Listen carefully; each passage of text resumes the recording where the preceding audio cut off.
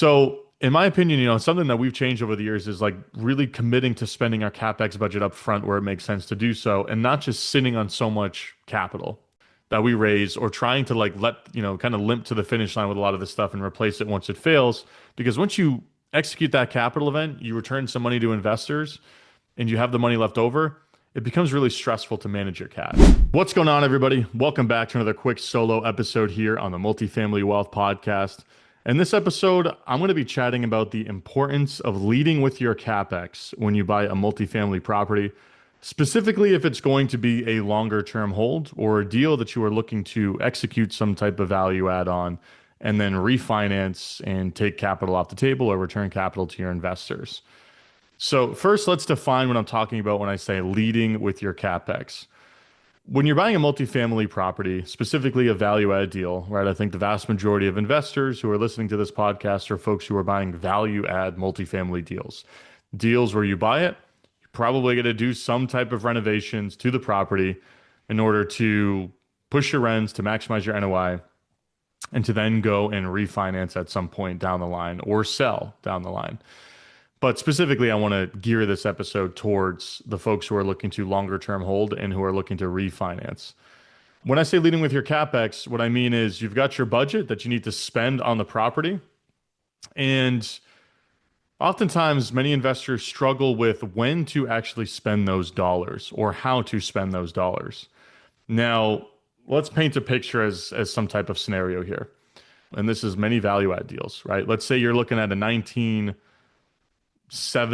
built 20 unit property, 10 unit property, doesn't matter. Doesn't matter the unit count, but you're looking at some type of like 1970s deal where maybe 20 years ago in the early 2000s, mid 2000s, whatever it might be, the roof failed, the buyer replaced the roof in 2005 or something like that.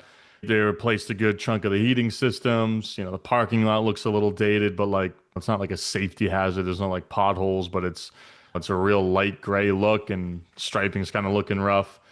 But everything's functional, right? Like the roof isn't leaking, it's functional. You got some years left. The parking lot, you got some years left. Maybe the heating systems, you got some time left on those. And, the hallways look pretty good, but not perfect. And you take the deal over and you're like, all right, well, these rents have lagged behind market. I can materially push them upon turnover and upon spending some dollars on unit renovations. It's one of those things where you're like, yeah, I'll do the common areas because I know that adds some value and increases the curb appeal, and it's not a massive line item on our budget. So we'll paint those. We'll do some flooring in those. As units turn over, I'm gonna renovate those. But do I really want to like spend the money on the roof when I can probably get like 5 more years out of it? Do I really want to spend the money on the parking lot? Heating systems, et cetera, et cetera. Siding looks okay, but like, it's a big line item from an expense standpoint. Do I really want to do that now? Long story short, right?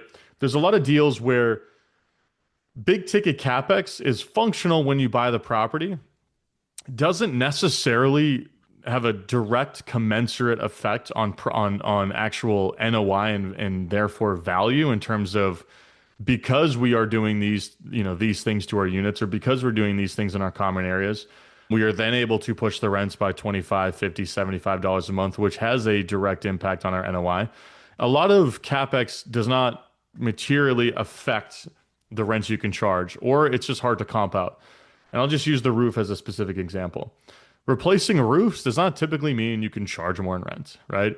Now, if you've got a pitched asphalt roof that looks like crap and the shingles are curling, it's like, yeah, maybe if you replace that roof, it's going to increase the curb appeal. And maybe you convert a slightly higher percentage of your applicants. Maybe you get like another, I don't know, 0.5% in rent, 1% in rent, maybe.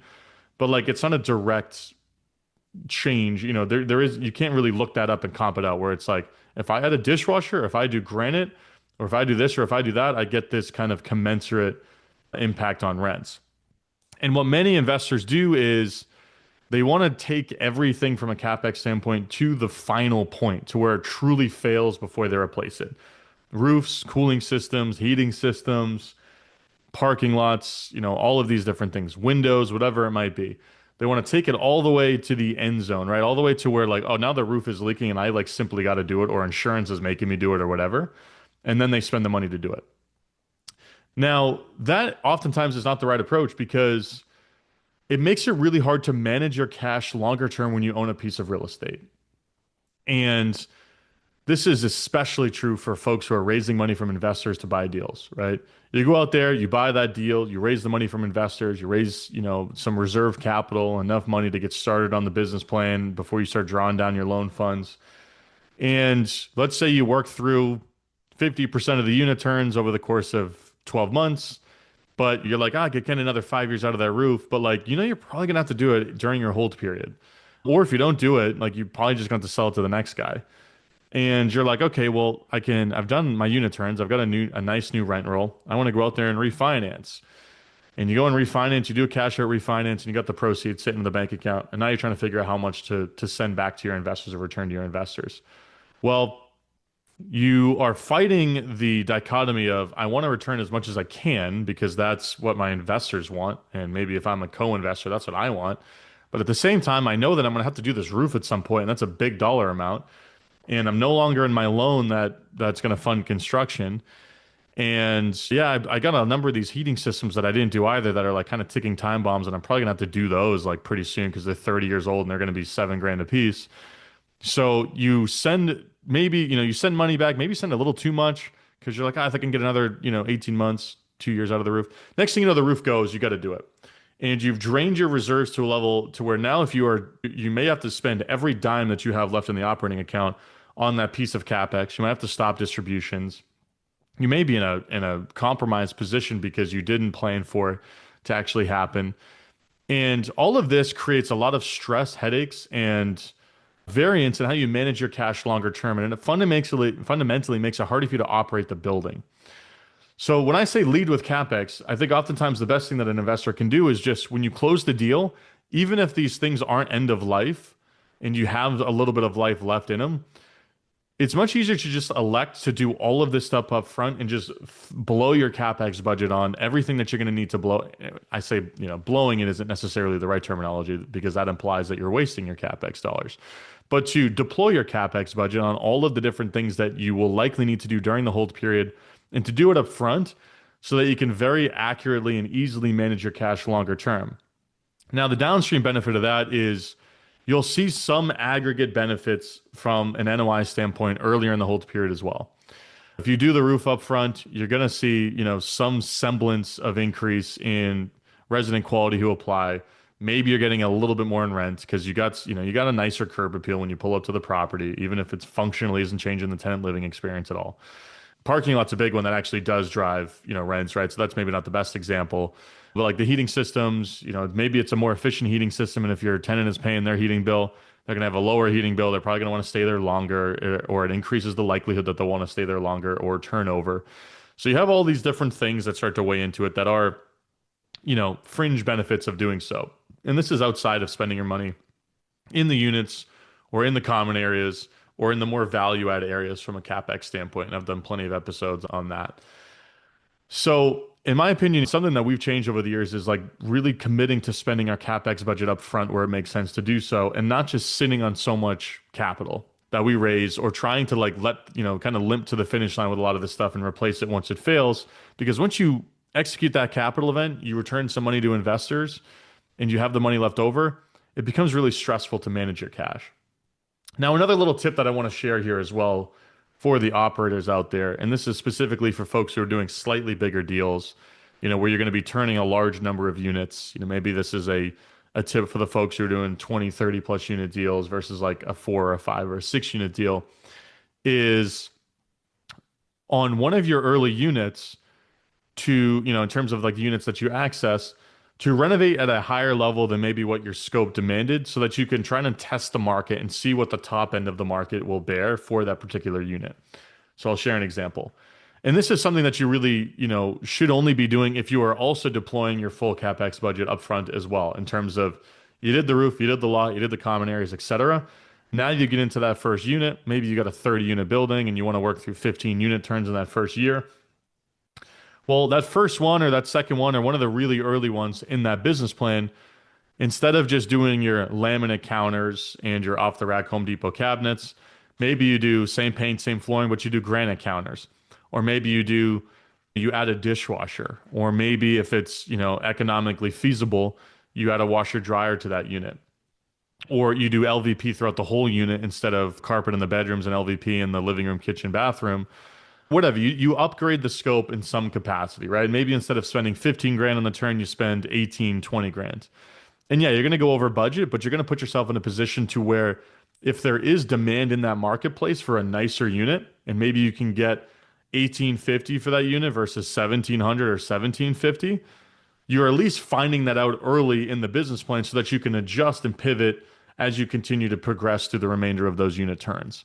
So broadly speaking here, I think what many investors don't do is they just jump right into their standard kind of scope.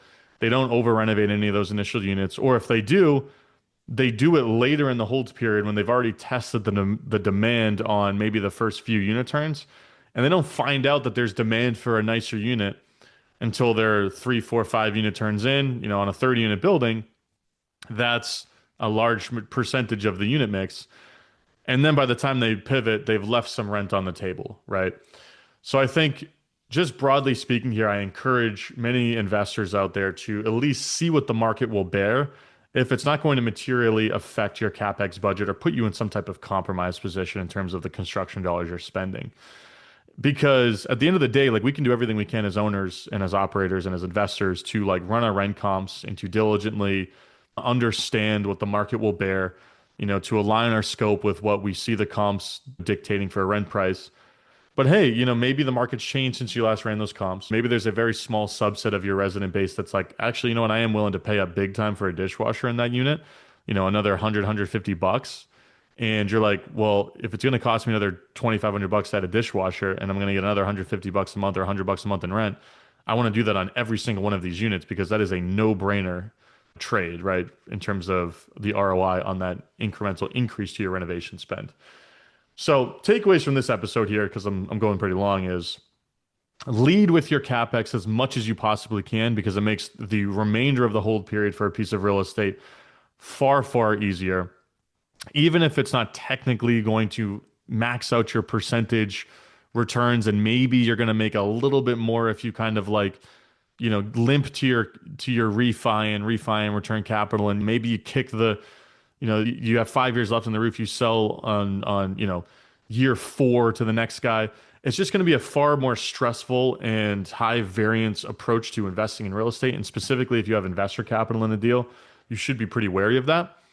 And then the last thing is try to overrate one of your early units in a business plan to just see what the market's going to bear and what it's going to give you so that you can course correct for the remainder of that business plan as something that you've learned early on. If you guys learned something in this episode, please leave the podcast a rating and review. Always appreciated. Helps the show get noticed by more folks. And as always, thanks for listening, and I'll catch you guys on the next episode.